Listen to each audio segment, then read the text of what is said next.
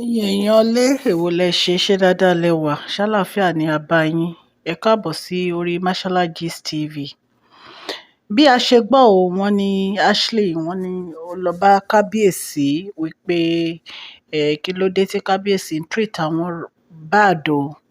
Ẹ jẹ́ ká jọ gbọ́ gbogbo kókó ọ̀rọ̀ gist yìí. Tó bá jẹ́ ìgbà àkọ́kọ́ tẹ̀ ń darapọ̀ mọ́ channel mi, èmi ọmọ yín Mashola Gist TV, mo kí yín káàbọ̀ sí orí ètò ìsìn. Ṣé àlàáfíà ni ẹ wà? Ṣé dáadáa ní gbogbo ilé ń kọ́?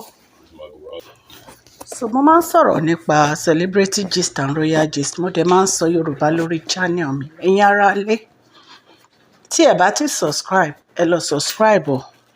So that tí n bá ti post any gist ẹ máa rí. Ọlọ́run Elédùmarè á gbọ́ àdúrà gbogbo yín o. Ẹ ṣé mo dúpẹ́. Gist tèmi wọ́n ní Kabiyesi, wọ́n ní ṣàdédé ni wọ́n rí Ashley tó wọnú yàrá wọn o, tó bẹ̀rẹ̀ sí bá wọn sọ̀rọ̀ wípé kí Kabiyesi kí wọ́n má treat àwọn right mọ́, wípé kí làwọn ṣe tí wọ́n fi ń treat àwọn anyhow. Ẹ̀yin èèyàn lé, ẹ rí pé èyí tún lágbára. So wọ́n ní Kabiyesi fi sílẹ̀, wọ́n ló sọ gbogbo ọ̀rọ̀ náà ẹ̀. Wọ́n ló ní àtìgbà tí Kabiyesi ti fẹ́ kí Queen Naomi padà wá sínú palace ni Kabiyesi ò ti ní time fáwọn mọ́, ni Kabiyesi ti ń treat àwọn nice, not ti ń treat àwọn unfair, wípé kò sí nǹkan táwọn sọ tí Kabiyesi gbọ́, wípé kí ló dé tí Kabiyesi ń treat àwọn báyìí. Wọ́n ní Kabiyesi ò sọ nǹkan kan, wọ́n ní Kabiyesi kàn ń wọ̀ ni. Wọ́n níbi tó ti wá máa sọ́dùn ni pé bí Kabiyesi ṣe ń gbé ogbà wọn jáde nígbà tí Kabiyesi bá fẹ́ jáde, wípé ṣé Kabiyesi ò rí epo dà, wípé bóyá kí Kabiyesi fẹ́ ìyàwó sí i. Ẹ̀yin èèyàn lé. Wọ́n ní Mariam náà dẹ̀ ti sọ bẹ́ẹ̀ pé ó fẹ́ fẹ́yàwó fún Kabiyesi again. Wọ́n ló bá ní kí Kabiyesi fẹ́yàwó sí o, wípé àwọn márùn-ún yẹn àwọn kéré. Ẹ rí pé ọ̀rọ̀ rádaràda ló wá sọ fún Kabiyesi.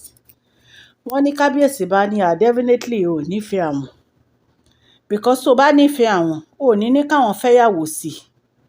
Wípé irú ọ̀rọ̀ rádaràda wo nìyẹn? Ẹ̀yin èèyàn, k'Ọlọ́run ṣàánú fún wa ni o lórí ọ̀rọ̀ àwọn olórí yìí.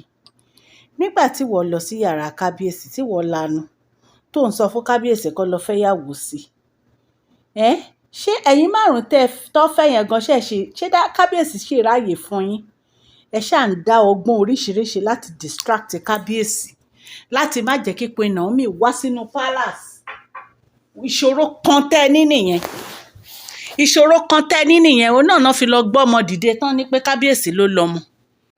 Àwọn obìnrin yìí ọgbọ́n oríṣiríṣi ni wọ́n ń dá. People can just frame things. Gbogbo àwọn nǹkan tẹ́ máa ń frame nínú palace ó lágbára.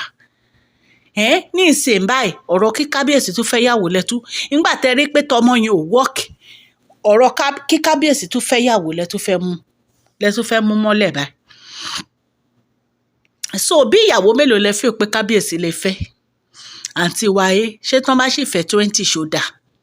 Ṣé ẹ fẹ́ pa Kabiyesi ni? Wọ́n fẹ́ yín márùn-ún, Kabiyesi ní high blood pressure. So kọ́ tó wá fẹ́ 20.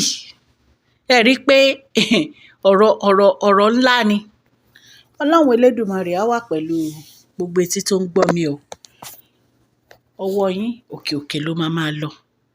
Ọwọ́ yín ò ní lọ ìsàlẹ̀. Nǹkan tí ò yé mi lọ́rọ̀ àwọn olórí ni pé láti ìgbà tí Kabiyesi ti fẹ́ wọn, Kabiyesi ò ní fọkànbalẹ̀. Kabiyesi ò ní fọkànbalẹ̀. Ashley ń bá Kabiyesi jà. Ọ̀rẹ́ ẹ̀ tó gbé wá tó ní kó wá ṣe surrogate mom, Kabiyesi bá sọ̀rọ̀ lásán pé àwọn fẹ́ bá sọ̀rọ̀, ojú ẹ̀ change ni. Wọ́n ní ṣe ló ń da palace rú. Ìwọ wá dìde ní ìsìn oníkan lọ fẹ́ yàwó. Ẹ ṣe lọ wá oríṣiríṣi obìnrin kẹ wá kó síwájú Kabiyesi kẹ ní kan máa jó kí Kabiyesi mú kan bẹ̀. Because I just don't understand. Kí Kabiyesi tún fẹ́ yàwó, ṣọ́rọ̀ ìyàwó lẹ tún fẹ́ gbé wọnú palace ní ìsìn. Ẹ̀yin tó fẹ́ gan wọ́n regret ni. Wọ́n regret ni, wọn kò lè sọ jáde lẹ́nu ipá wọn regret. Ẹ tún ní kó fẹ́ yàwó mi. ọ̀rọ̀ ẹ̀yin olórí yìí ọ̀rọ̀ yín gba àdúrà o, àdúrà gidi ni ọ̀rọ̀ yín gbà. Kábíyèsí tó ti mọ̀ pé ẹ̀ ń wáìnì àwọn ni, kábíyèsí náà ya rọra ń dá bí ọgbọ́n fún yín. ẹ̀yin èèyàn lé gist tá a gbọ́ nìyẹn o, ta ní ká mú wá fún yín. Wọ́n ní Ashley àti Mariam tó ní kí kábíyèsí fẹ́yàwó o, wípé báwọn ṣe pọ̀ yẹn tó jẹ́ pé àwọn máa ń jọ ń jáde pẹ̀lú kábíyèsí sódà wọ́n á ní favourite wife. Anyway, gbogbo etí tó ń gbọ́ mi òkè òkè lọ́la yín á máa lọ, ọlá yóò ní lọ ìsàlẹ̀ o. Ẹ ṣé mo dúpẹ́ o. Please share this video, like and subscribe. God bless you all. Thank you so much.